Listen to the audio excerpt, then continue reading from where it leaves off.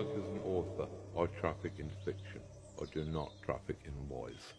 Although I'll admit that the distinction is a nice one and perhaps not easy for the layman to make. With fiction, with art, with writing, it's important that even if you're dealing with areas of complete outrageous fantasy, that there is an emotional resonance. It is important that a story ring true upon a human level, even if it never happened.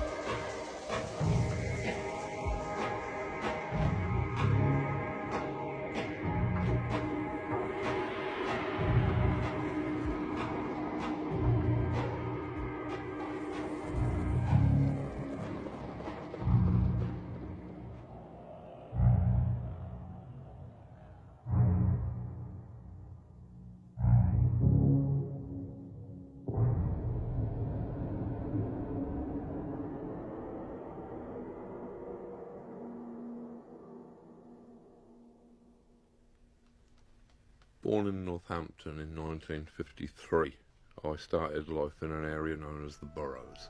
This was the oldest area of Northampton and also the poorest. It was where the rural families who'd been drafted into the towns to man the conveyor belts of the Industrial Revolution ended up. It had originally been the system of moats and forts that surrounded Northampton's castle before it was demolished. So all of the streets had names like Moat Place or Fort Street or Dungeon Alley or whatever. And this was a quite bleak, grim, monochrome area. There were a great many families who were probably looking back incest families where even the dog had the same hair lip. I found myself surrounded by a monochrome world of limited opportunities. The only window out of that restricting world was the tales of mythology that I would read, or the bright four-colour superhero stories, adventures of people who had no restrictions, people who could fly over the housetops, people who could become invisible. This was a very important key to a very important door. It opened vistas of the imagination with which I was eventually able to transcend and escape the limitations of my origins. Now, comics were something that I'd been reading for as long as I could remember being able to read. They were almost a staple part of working class existence. They were something like rickets. They were just something that you had. I'd originally read most of the British comics, which mainly featured working class children in working class environments, generally being spanked by their parents or teacher, which was a peculiar fixation of the British comics of my boyhood. And pretty much they presented a world that was almost indistinguishable from the one that I lived in, and thus I didn't find it the most exotic world into which I could escape. However, when I was 7, I picked up my very first American comics. These were bright, garish, four-colour things that, rather than taking place against some anonymous northern British backdrop, took place in cities like New York, which to me were as exotic as Mars. The idea of buildings of that scale, the idea of this modernness, that seemed to pervade everything. This was a futuristic science fiction world. And then, against that backdrop, you had these incredibly colourful characters who had these amazing powers, who could transcend their human limits. I'd already been attracted to mythology, fairy stories, anything which had people that could fly or become invisible, or could lift huge mountains, or could perform any of these heroic acts for which gods and heroes are largely famous. And so, having discovered the American superhero books, it was a fairly natural transition. Here was something where I didn't have to read the same myths over and over again, but where every month I could read something new about Superman or the Flash. This became a preoccupation. At first, I was probably preoccupied with the characters themselves. I wanted to know what Batman was doing this month. Around about the time when I reached the age of, say, 12, perhaps a little earlier, I became more interested in what the artists and writers were doing that month. It had finally occurred to me that these stories weren't just drawing themselves, that somebody was drawing them, somebody was writing them. And I became fairly knowledgeable in the styles of the different artists. I became critically able to distinguish between a good story and a bad story. And comic books were still very much a part of my life. I mean, which was, in physical terms, was changing quite rapidly, as it would for anybody at that age. I'd moved from my primary school in the working class area into which I was born to a grammar school. Now, call me naive, but entering grammar school was the very first time that I actually realised that middle class people existed. Prior to that, I'd thought that there was just my family and people like them and the Queen. I had really not been aware that there was a whole strata of humanity in between those two positions.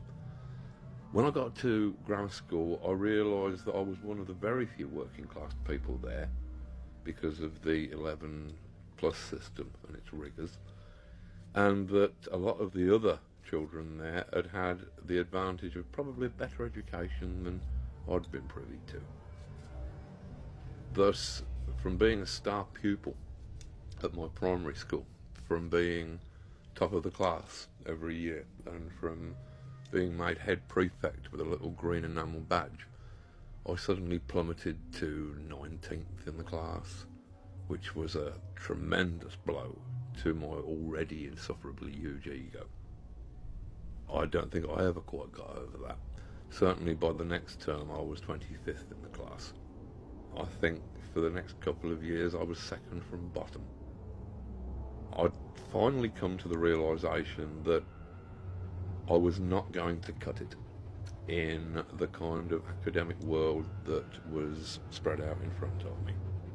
I decided, pretty typically for me, that if I couldn't win, then I wasn't going to play. I was always one of those sulky children who sort of couldn't stand to lose at Monopoly, Cluedo, anything. So I decided that I really wanted no more of the struggle for academic supremacy or anything of that nature.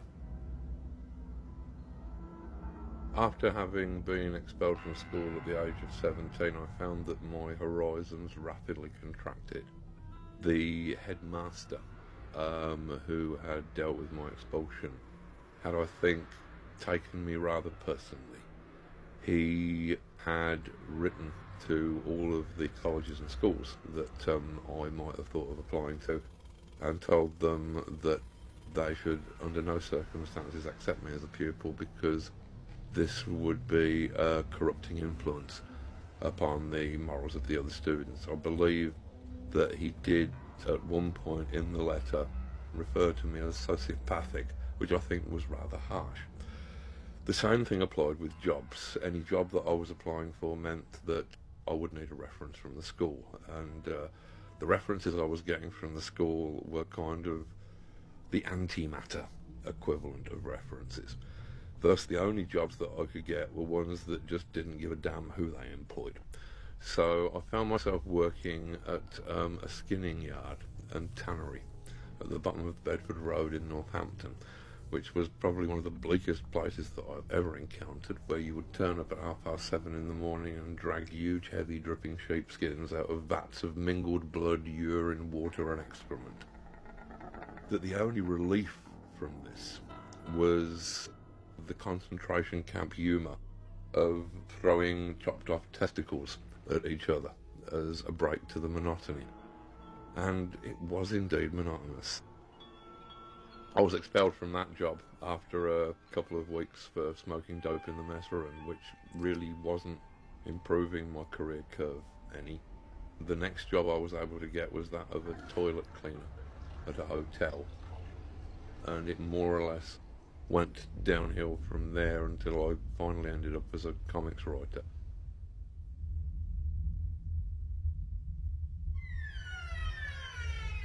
Quitting my day job and starting my life as a writer was a tremendous risk. It was a fool's leap, a shot in the dark. But anything of any value in our lives, whether that be a career, a work of art, a relationship, will always start with such a leap.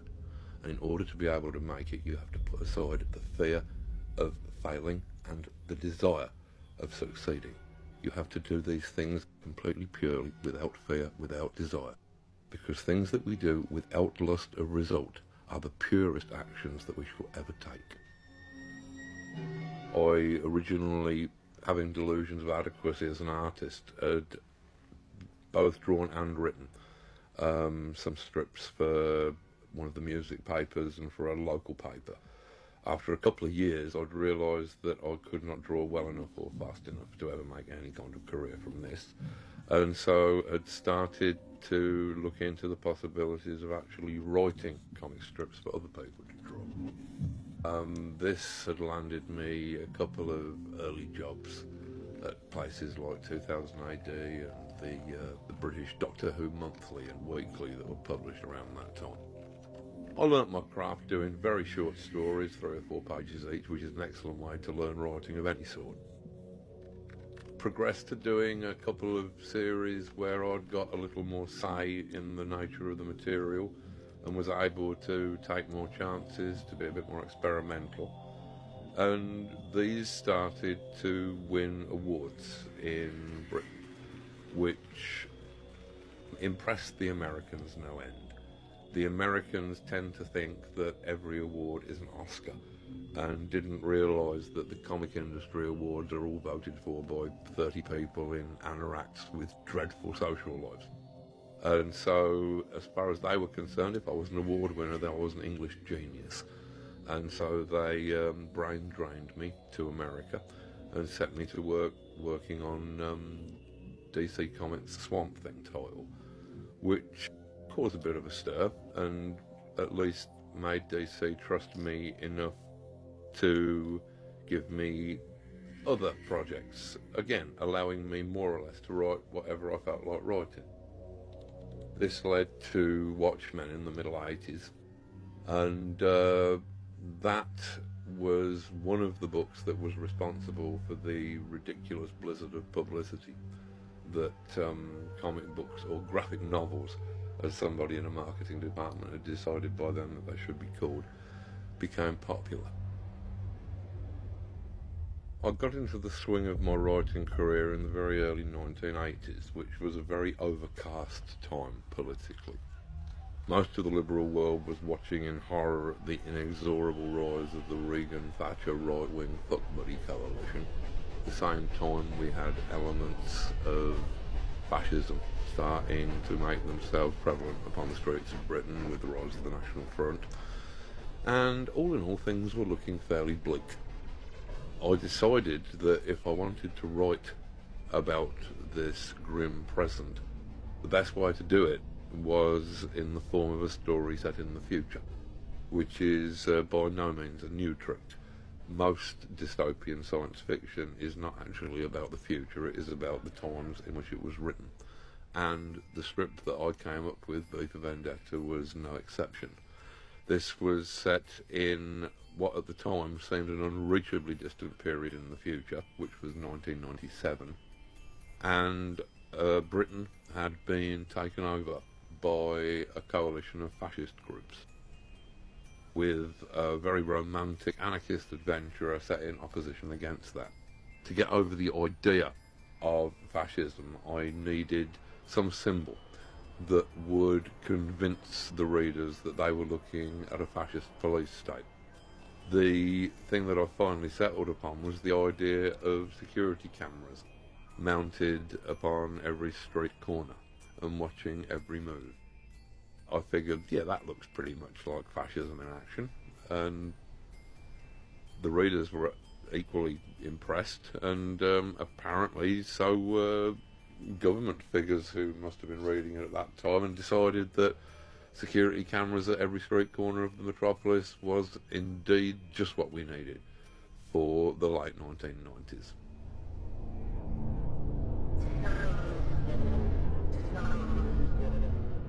Good evening, London. It's 9 o'clock, and this is the Voice of Faith, broadcasting on 275 and 285 in the medium wave. It is the 5th of the 11th, 1997. The people of London are advised that the Brixton and Streatham areas are quarantine zones as of today. It is suggested that these areas be avoided for reasons of health and safety. Police raided 17 homes in the Birmingham area earlier this morning, uncovering what is believed to be a major terrorist ring.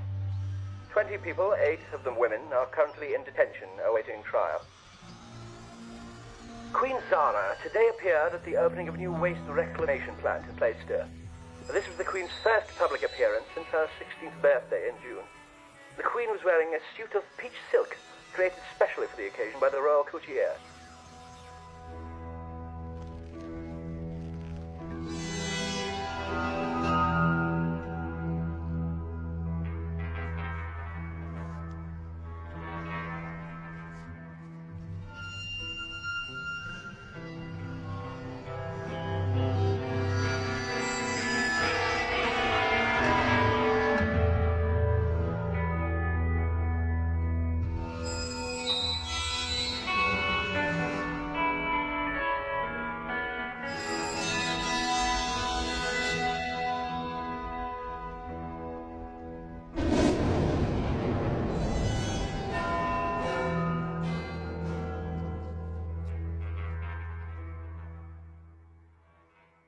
Watchmen also grew out of the politically shadowy landscape of the 1980s, when the Cold War was probably at its hottest in 20 or 30 years, and when nuclear destruction suddenly seemed a very real possibility. Watchmen used the cliches of the superhero format to try and discuss notions of power and responsibility in an increasingly complex world. We treated these fairly ridiculous superhuman characters as more human than super. We were using them as symbols of different kinds of ordinary human being rather than as different super beings. I think there were probably quite a few things about Watchmen which chimed well with the times, but to me perhaps the most important was the actual storytelling, where the world that was presented didn't really hang together in terms of linear cause and effect, but was instead seen as some massively complex simultaneous event with connections made of coincidence and synchronicity. And I think that it was this worldview, if anything, that resonated with an audience that had realised that their previous view of the world was not adequate for the complexities of this scary and shadowy new world that we were entering into. I think that Watchmen, if it offered anything, offered new possibilities as to how we perceive the environment surrounding us and the interactions and relationships of the people within it. Rush. Rorschach's Journal, October 12th, 1985. Dog carcass in alley this morning. Tired tread on burst stomach. This city is afraid of me. I have seen its true face. Streets are extended gutters, and the gutters are full of blood, and when the drains finally scab over, all the vermin will drown. The accumulated filth of all their sex and murder will foam up about their waist, and all the whores and politicians will look up and shout, "Save us!" And I'll look down and whisper, "No." Stood in firelight, sweltering blood stain on chest like map of violent new continent. Felt cleansed, felt dark planet turn under my feet, and knew what cats know that makes them scream like babies in the night. Looked at sky through smoke heavy with human fat, and God was not there. The cold, suffocating dark goes on forever, and we are alone. This rudderless world is not shaped by vague metaphysical forces. It is not God who kills the children, not fate that butchers them, or destiny that feeds them to the dogs. It's us. Only us.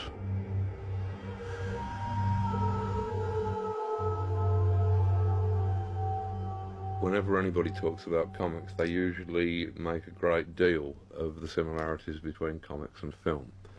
And while I'll agree that a comic creator who understands cinematic techniques will probably be a better creator than one who doesn't, I feel that if we only see comics in relationship to movies, then the best that they will ever be are films that do not move. I found it in the mid-80s preferable to try and concentrate upon those things that only comics could achieve. The way in which a tremendous amount of information could be included visually in every panel, the juxtapositions between what a character was saying and what the image that the reader was looking at would be. So, in a sense, I suppose that you could say that most of my work from the 80s onwards was more or less designed to be unfilmable, which is what I had to explain to Terry Gilliam when he was originally selected as the director on the touted Watchmen movie that was being discussed at that time. I realised that I was becoming a celebrity, which was nothing that I'd ever expected, given that comic writer was about the most obscure profession in the world when I actually entered the job. The thing about fame is that fame in its current sense had not really existed before the 20th century. Back in previous eras, even if you were very, very well known, that would perhaps be amongst 1,000 people at most, if you were Pope or somebody. In the 20th century, however, with these massive surges in communication, suddenly a different sort of fame was possible. And I tend to think that what fame has done, it has replaced the sea as the element of choice of adventure for young people. If you were a dashing young man in the 19th century, you would probably want to run away to sea. Just as in the 20th century, you might decide that you want to run away and form a pop band. The difference is that in the 19th century, before running away to sea, you would have had at least some understanding of what the element was that you were dealing with, and you would have perhaps, say, learned to swim. The thing is that there is no manual for how to cope with fame. So you'll get some otherwise likeable young person who has done one good comic book, one good film, one good record, who is suddenly told that they are a genius, and who believes it, and who runs out sort of laughing and splashing into the billows of celebrity, and whose heroin-sodden corpse is washed up a few weeks later in the shallows of the tabloids. I'd never signed up to be a celebrity, and I came to the realisation that it was nothing that I was very comfortable with. I realised that celebrities are a kind of an industry, they're a kind of a crop. Media moguls like Rupert Murdoch or people who run the big networks, they need a constant stream of celebrities to fill column space in their magazines, to fill time upon their TV shows. And because celebrities tend to burn out quickly, you have to constantly create new ones. And I really didn't feel that I wanted to be part of that process, and so withdrew to the relative obscurity of Northampton.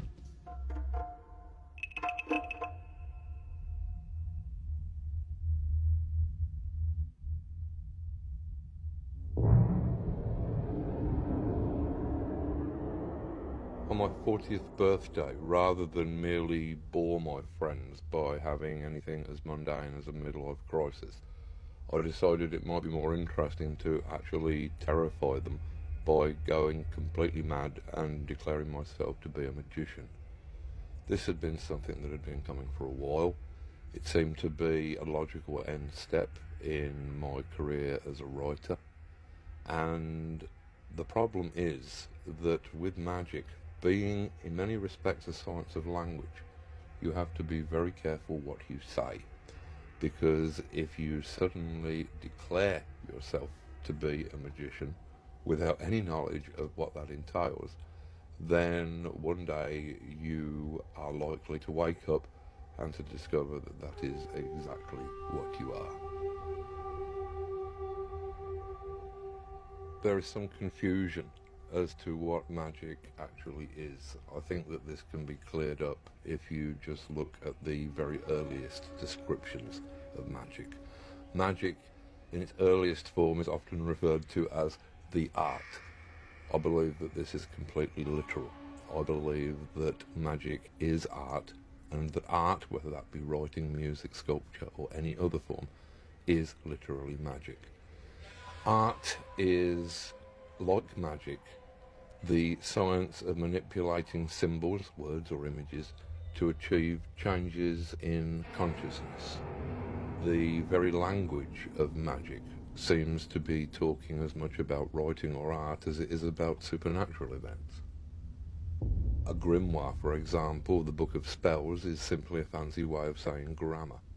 Indeed, to cast a spell is simply to spell, to manipulate words, to change people's consciousness. And I believe that this is why an artist or writer is the closest thing in the contemporary world that you are likely to see to a shaman.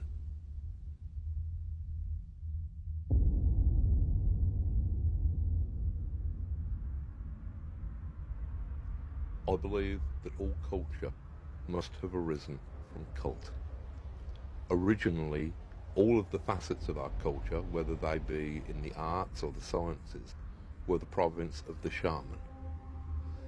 The fact that in present times this magical power has degenerated to the level of cheap entertainment and manipulation is, I think, a tragedy.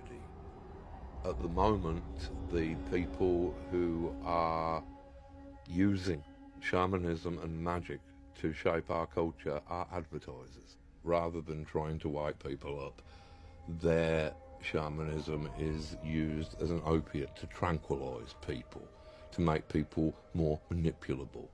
Their magic box of television, and by their magic words, their jingles, can cause everybody in the country to be thinking the same words and have the same banal thoughts all at exactly the same moment.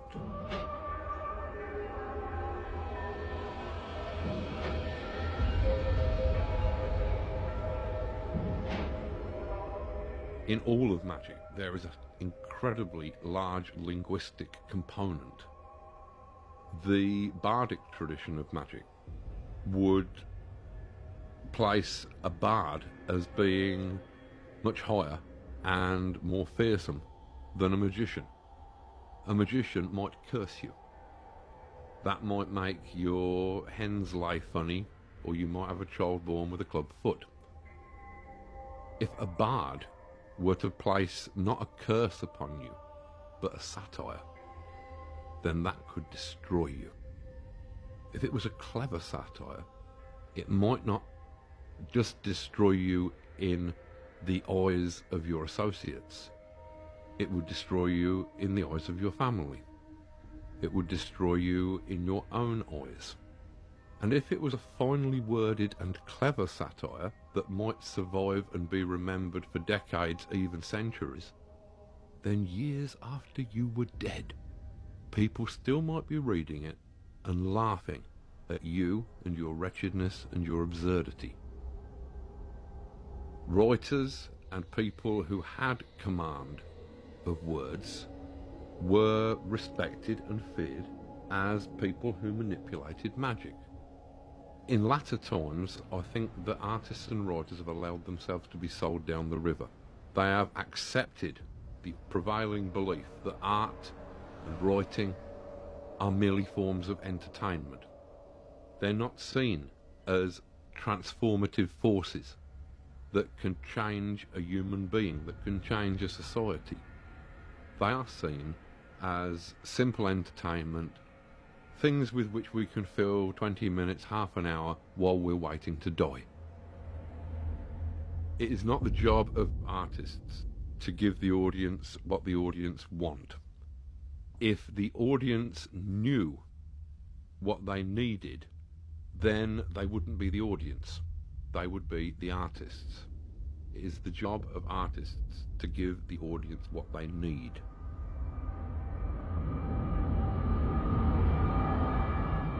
My career as a magician continues to evolve. Since I, to a certain degree, believe art and magic to be interchangeable, it has seemed only natural that art should be the means by which I express magical ideas. This has found its way into my prose writing, in works such as Voice of the Fire, and probably most visibly has found its way into the performance pieces that I've done at various locations over the past 8 years. Beautiful little psychedelic artifacts in their own right, which actually capture the kind of narrative journey that we've tried to take the readers on as part of these performances, to overwhelm the sensibilities of the audience, to tip them over into a kind of psychedelic state where we can hopefully actually change their consciousness and direct it to different places, different levels, hopefully into new and hopefully magical spaces.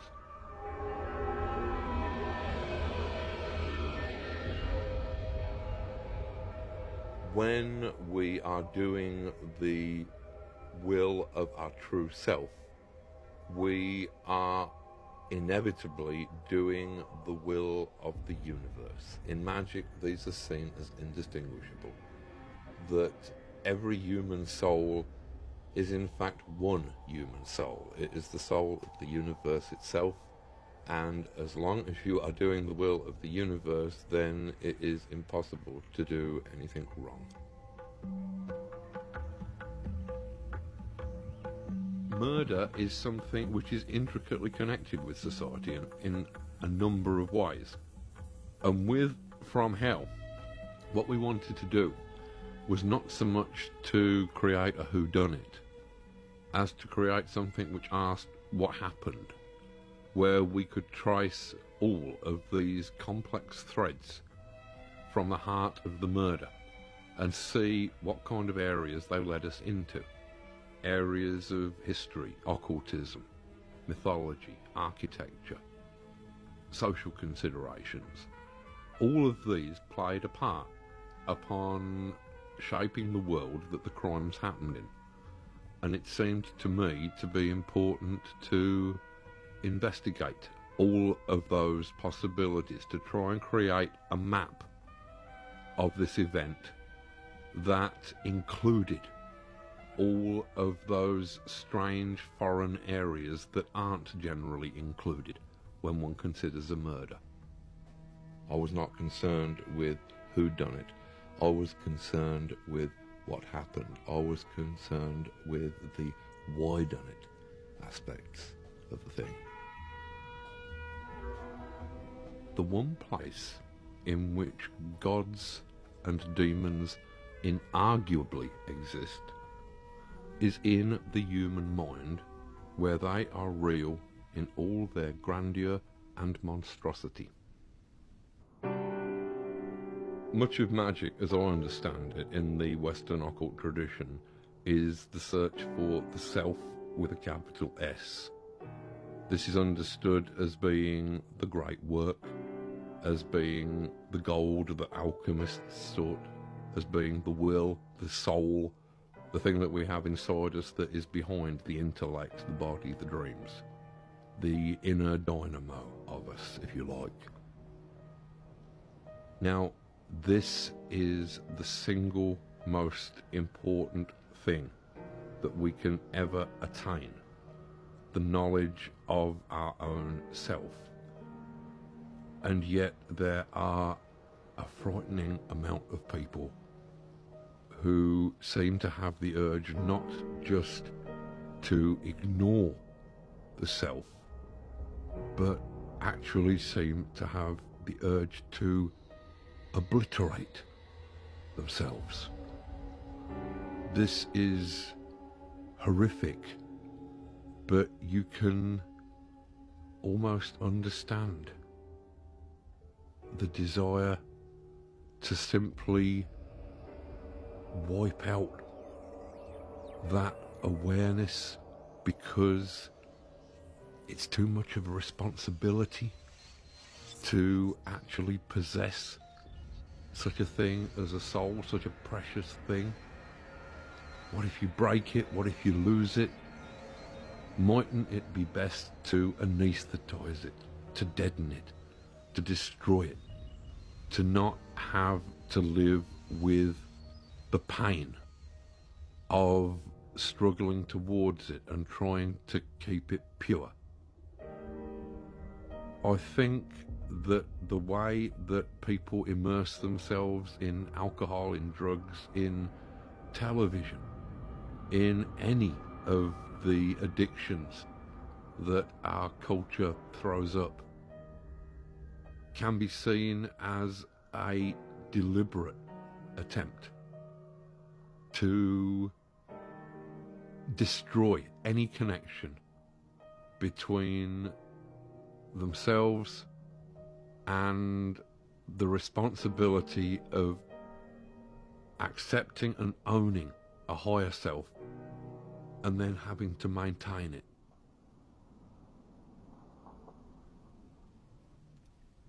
Back when I was doing Swamp Thing, which was ostensibly a horror comic, I found that it wasn't really effective to just sort of swamp the readers in horror every issue.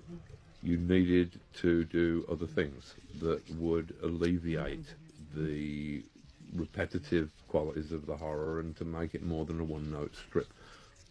I decided that what might be useful was to try and link up the elements of fantasy horror from our imaginations, werewolves, vampires, zombies and the like, with real-life horrors. Racism, sexism, pollution, the collapse of the environment, and thus lend these social issues some of the weight that fantasy fiction could offer. Most of us have little to fear from vampires, and yet we live in cultures that are every bit as dangerous, despite the non-existence of terrible supernatural forces. One of the things that I did was a strip in which we explored the erotic possibilities of Swamp Thing. I figured that if you could fill comic book after comic book every month with fights, then surely you should be able to fill at least one comic book with a sexual act. Surely that was as interesting as a fight was. The book was very well received, and it led to me thinking seriously about the possibilities of erotica, or as I prefer to call it, pornography, because I think that the difference between the two words is largely dependent upon the income bracket of the reader.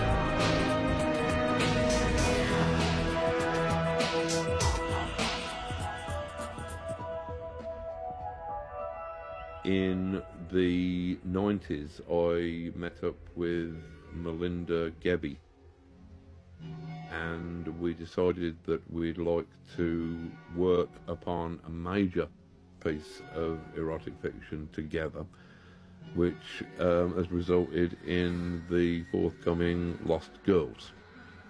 And this entire drama is being played out against the background of Europe, and specifically Austria, in 1913, when everything is gearing up towards the exact antithesis of sex.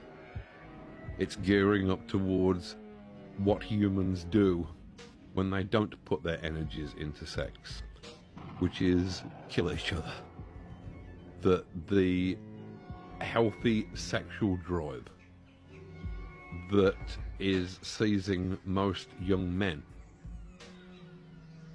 when they're in their teens is perverted by older men who perhaps have lost some of their sexual drive, and all of that sexual energy gets shipped over to somewhere like Flanders and is perverted into killing other young men.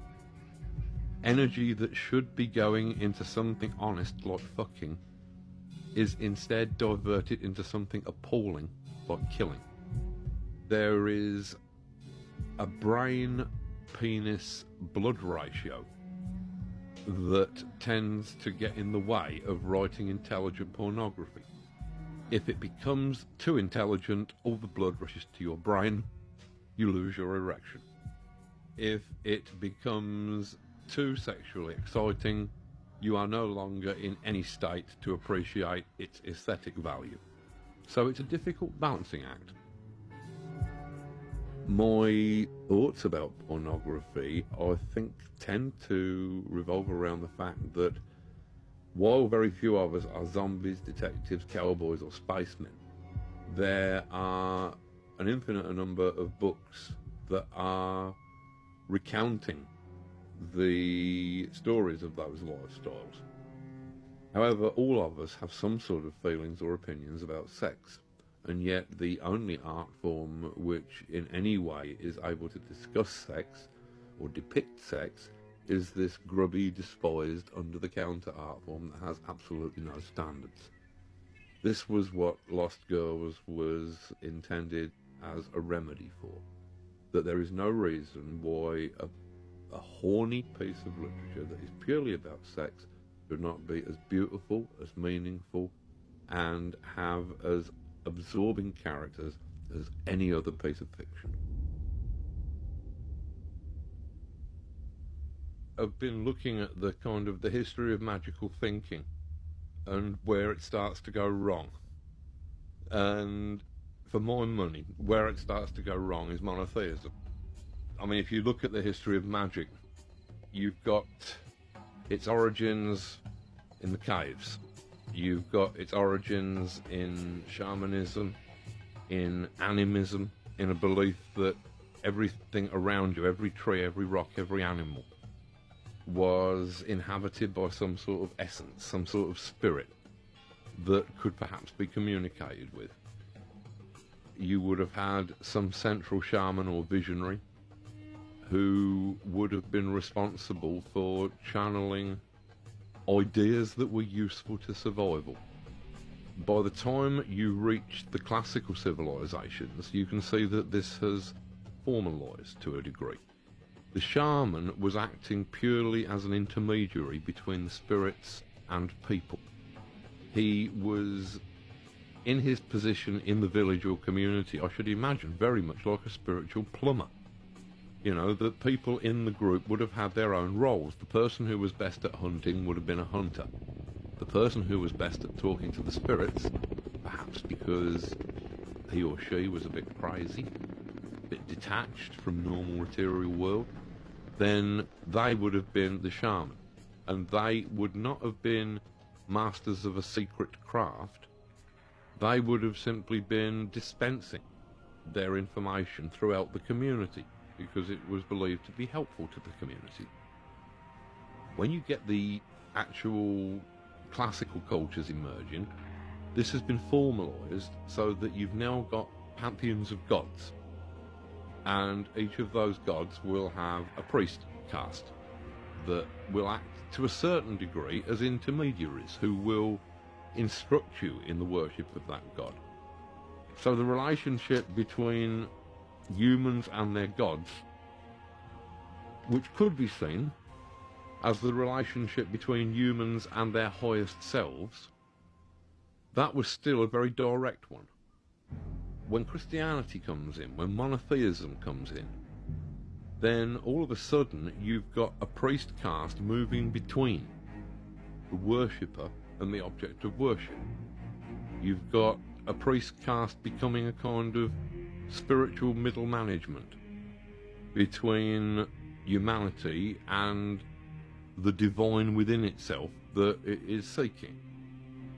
You no longer have a direct relationship with the Godhead.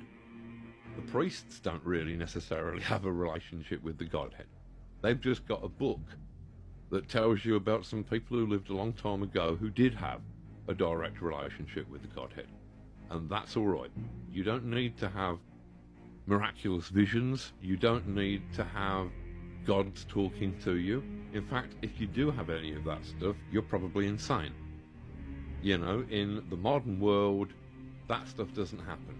The only people who are allowed to talk to gods, and in a very kind of one-sided way, are priests. Monotheism is, to me, a great simplification.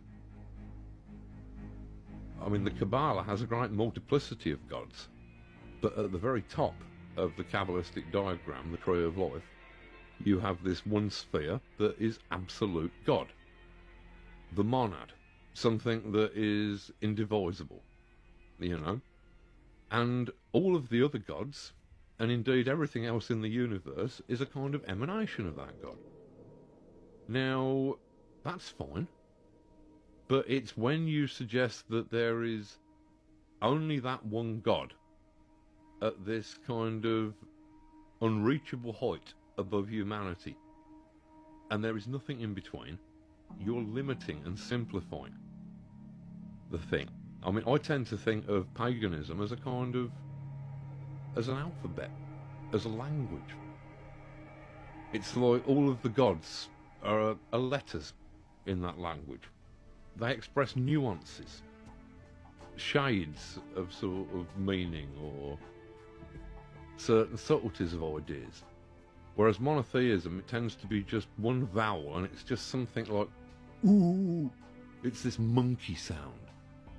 You can almost imagine the gods becoming frustrated, contemptuous that with all this richness of spiritual concepts that are available, why reduce it to one plaintive single note that the utterer does not even understand?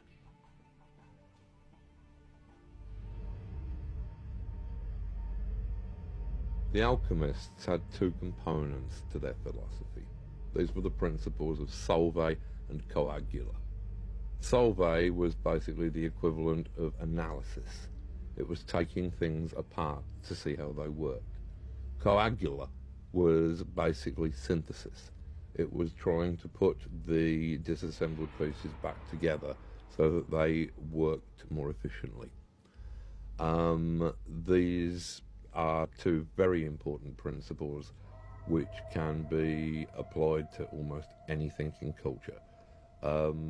There has recently, in literature for example, been a wave of postmodernism, deconstructionism. This is solve. Perhaps it is time in the arts for a little more coagula. Having deconstructed everything, perhaps we really should be starting to think about putting everything back together. Spiritualism was the natural state of human thinking up until the Renaissance and the subsequent age of reason that grew out of it.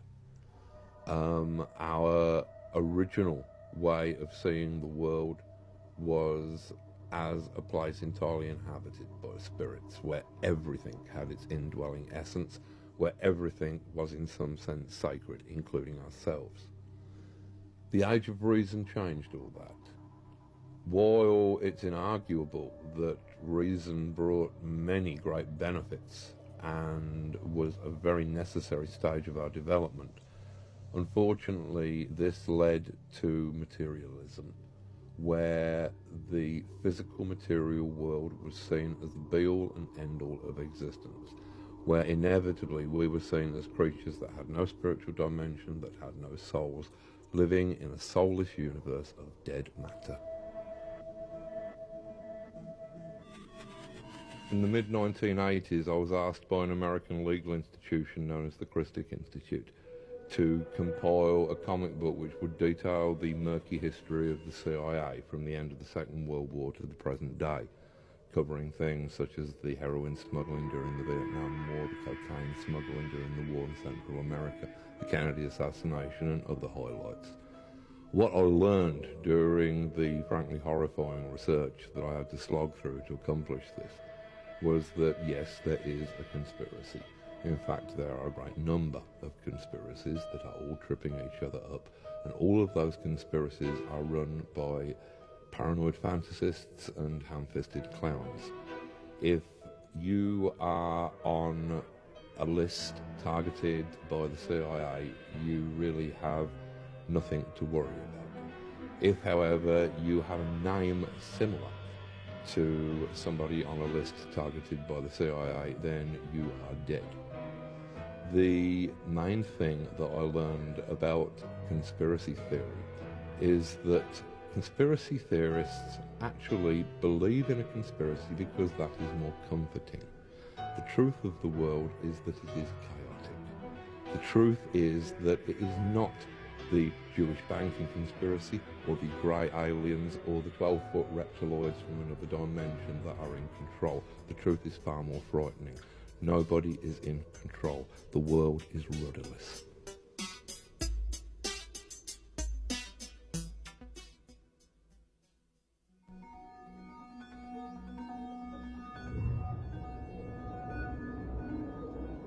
The substance that has most effect upon our culture and upon our lives is completely invisible. We can only see its effects. This substance is information.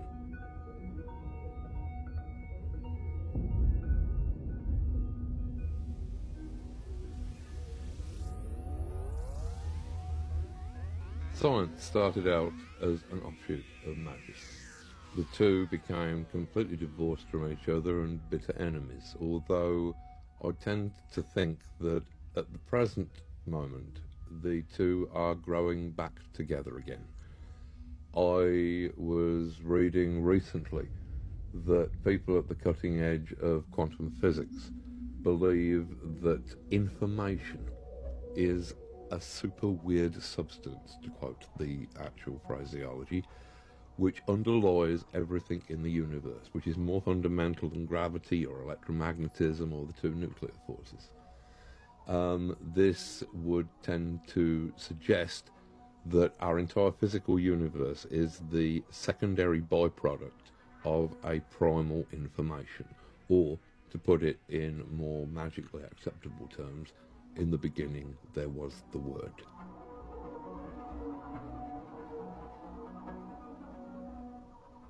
As I understand the theory of period information doubling, this states that if we take one period of human information as being the time between the invention of the first hand axe, say around 50,000 BC, and 1 AD, then this is one period of human information, and we can measure it by how many human inventions we came up with during that time. Then we see how long it takes for us to have twice as many inventions. This means that human information has doubled. As it turns out, after the first 50,000 year period, the second period is about 1,500 years, say around about the time of the Renaissance. By then, we had twice as much information. To double again, human information took a couple of hundred years. The period speeds up. Between 1960 and 1970, human information doubled. As I understand it, at the last count, human information was doubling around every 18 months. Further to this, there is a point sometime around 2015 where human information is doubling every thousandth of a second. This means that in each thousandth of a second we will have accumulated more information than we have in the entire previous history of the world. At this point, I believe that all bets are off. I cannot imagine the kind of culture that might exist after such a flashpoint of knowledge. I believe that our culture would probably move into a completely different state, would move past the boiling point from a fluid culture to a culture of steam.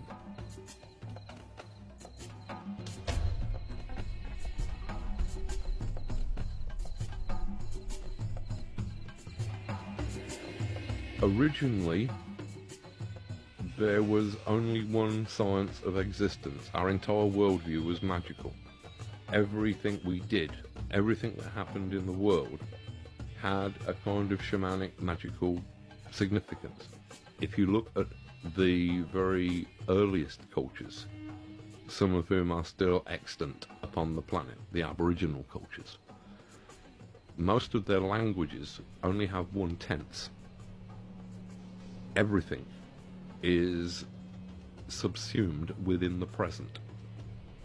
They can talk about things that happened and things that haven't happened yet but will happen in the future, but they talk about them in the present tense.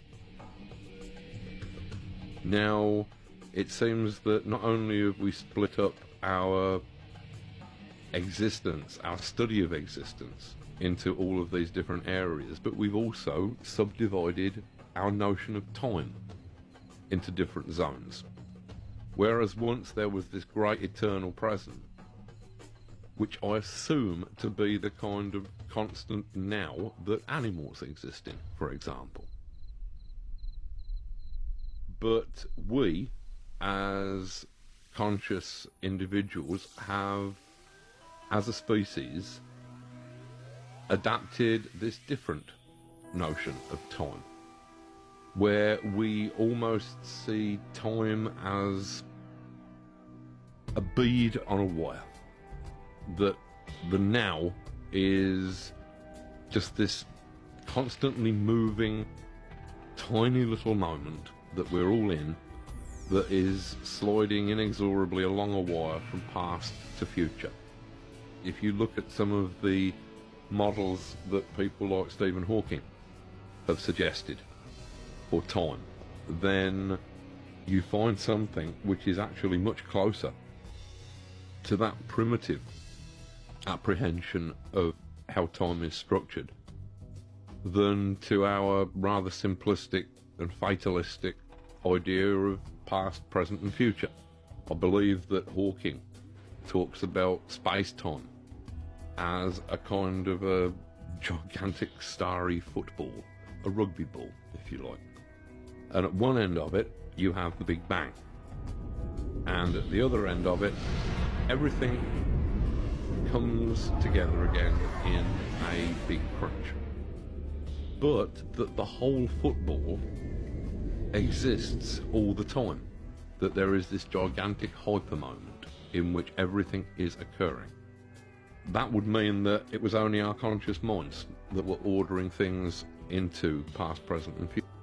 The idea of solid flying saucers from Alpha Centauri coming and visiting us now or at any time in the past, this is not a rational idea.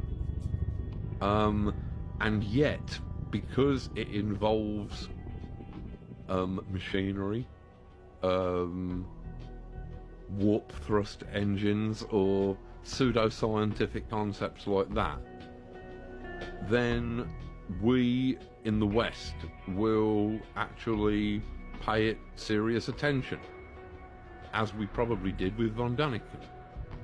Whereas spiritual ideas from other cultures, we will regard them as, well, they're complete nonsense, they're not scientific.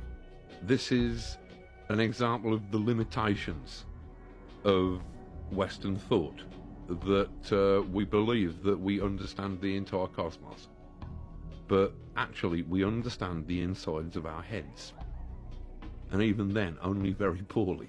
Was it Niels Bohr, the physicist, who in his Copenhagen interpretation of quantum physics said that when we talk about or describe remote events, whether that be in the furthest stars or in the smallest and most remote quanta, that all we can ever truly be doing is talking about ourselves and our own processes. That all we see is our perceptions. We mistake that for reality. And consequently, we tend to be very chauvinistic about our picture of reality, as if that were the only one. Then the only way that we can look at other cultures is to imagine that they are deluded, or primitive, or just haven't got it yet. That is a way in which we, in terms of information, we isolate ourselves terribly. It's our culture kind of insisting upon its own values, blinds itself to what might actually be very useful concepts and ideas belonging to other more deeply rooted cultures. They offered perhaps richer readings of the world than cold behaviouralist science does.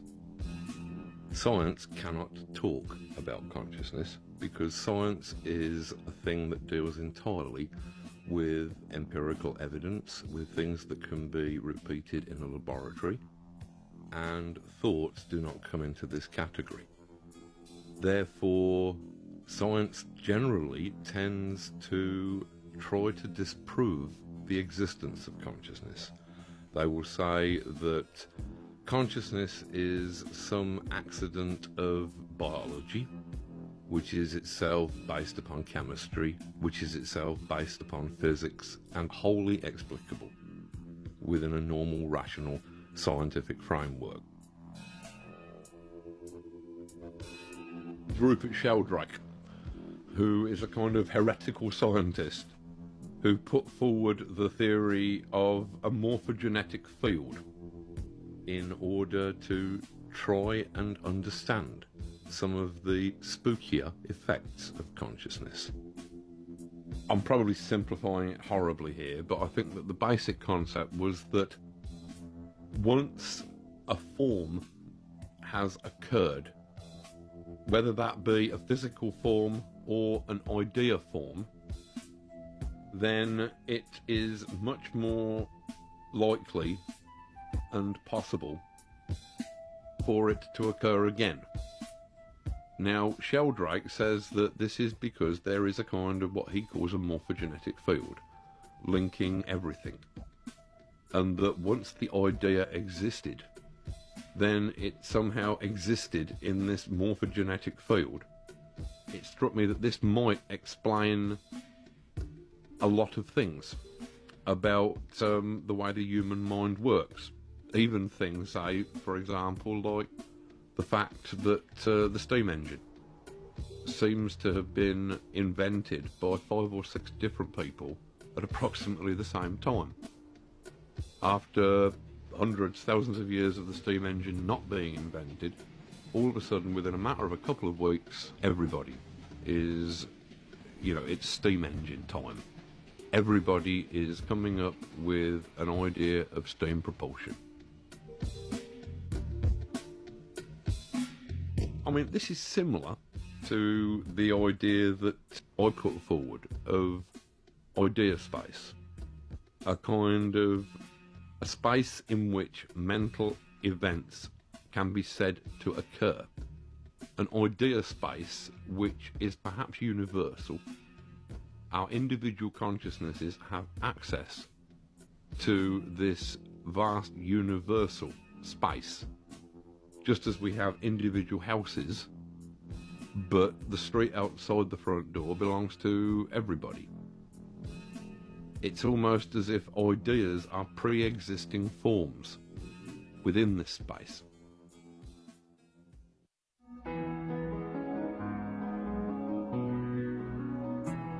As human beings, we inhabit 2 distinct and separate worlds, 2 landscapes. We inhabit the physical world. But at the same time, since we can only ever truly experience our perception of that world, then it would seem that we more truly inhabit a world purely of consciousness and ideas. It strikes me that the land masses that might exist in this mind space would be composed entirely of ideas, of concepts. That instead of continents or islands, you might have large belief systems or philosophies. Marxism might be an island. Judeo-Christian religions might make up another landmass or continent. Human minds interact, albeit weakly, in limited ways, with idea space every moment of the day, just in order to carry out our daily lives. If you want truly unique ideas, if you're an artist or an inventor or somebody who deals in unique and fresh ideas, then you will have to plunge right into the undergrowth, into the depths of idea space in order to find those ideas that have never been spotted before. If we assume that idea space or something like it exists, then we may decide that we wish to explore that space, whether for artistic reasons, perhaps for scientific reasons, or perhaps as magicians, as occultists. Now, if we're going to venture into this hypothetical and more or less entirely unknown territory, it would seem to only make sense that we should try and track down route maps that may have been made by previous explorers. Now, when you're talking about the territory of the mind and perhaps the spirit, the only route maps available are magic systems from antiquity. You're talking about systems like the Kabbalah, with its map of every conceivable human state. You're talking about systems like tarot, a pantheon of archetypal images that provide the cartography for a map of the human condition.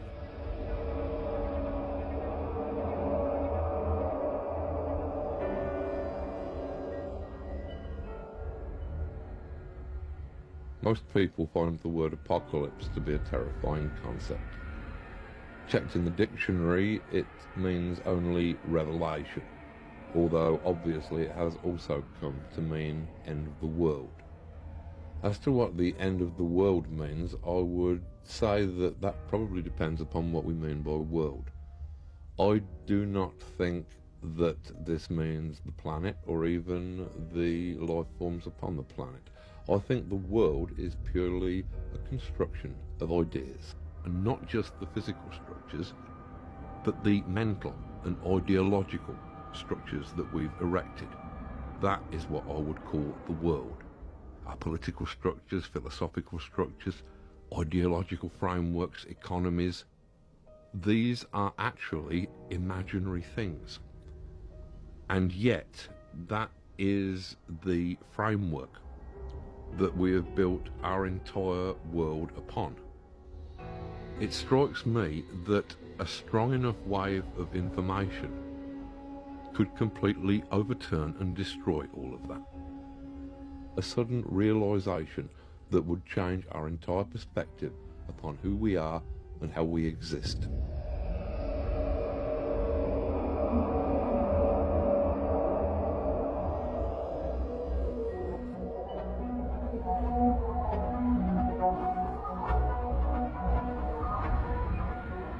History is a heat. It is the heat of accumulated information and accumulated complexity. As our culture progresses, we find that we gather more and more information and that we slowly start to move almost from a fluid to a vaporous state as we approach the ultimate complexity of a social boiling point. I believe that our culture is turning to steam.